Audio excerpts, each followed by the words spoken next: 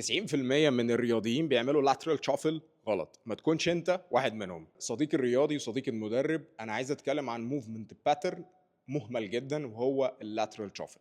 خليني اساعدك في ترتيب lateral shuffle من الريجريشن للبروجريشن، وعايز اتكلم على key points واهداف لازم تكون متواجده وانت بتعمل الموفمنت باترن lateral shuffle.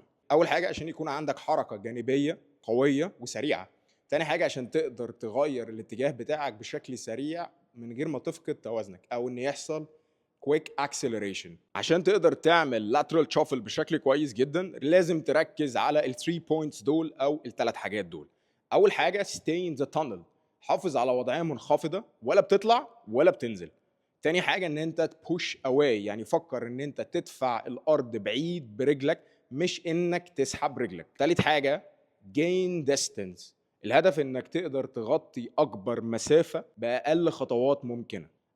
الحاجه بقى اللي انا عايز اشرحها وهي ان انا عايز اقول لكم على كل التمارين اللي لها علاقه باللاترال شافل من الريجريشن للبروجريشن، اسهل حاجه لاصعب حاجه. اول تمرين عندنا وهو شافل 1 بوش، تمرين اساسي هيعلمك ان انت تدفع بشكل صح، تبتدي ان انت تبوش برجل واحده وبعد كده تريكفر وترجع تاني.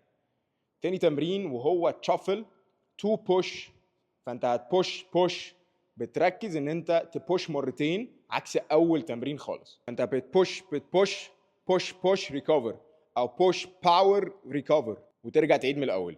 هنصعب التمرين شويه وهنجيب باند او الاستيك باند عشان نعمل ريزيستد لاترال شافل او ريزيستد شافل. هتبتدي ان انت تزود مقاومه هتساعدك ان انت تقوي الدفع عندك وتطور برضو القوه الانفجاريه عندك بشكل كويس. بعد كده بقى نبتدي ان احنا نصعب التمرين شويه، فهنعمل بال اوف بريس لاترال شافل.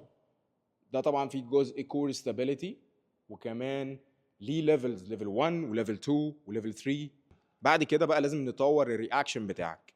اول حاجه ان انت هتعمل برضو لاترال شافل، بس هتعمل من الاكتيف فيت، ان انت تحافظ على حركه قدم سريعه جدا عشان تقدر تعمل بعد كده لاترال شافل بشكل سريع. تاني تمرين وهو سترادل تو رياكتيف، ان انت بتبدا من وضع ثابت بتتحرك فورا برجلك الاثنين، بعد كده بتبتدي ان انت برضو تعمل لاترال شافل.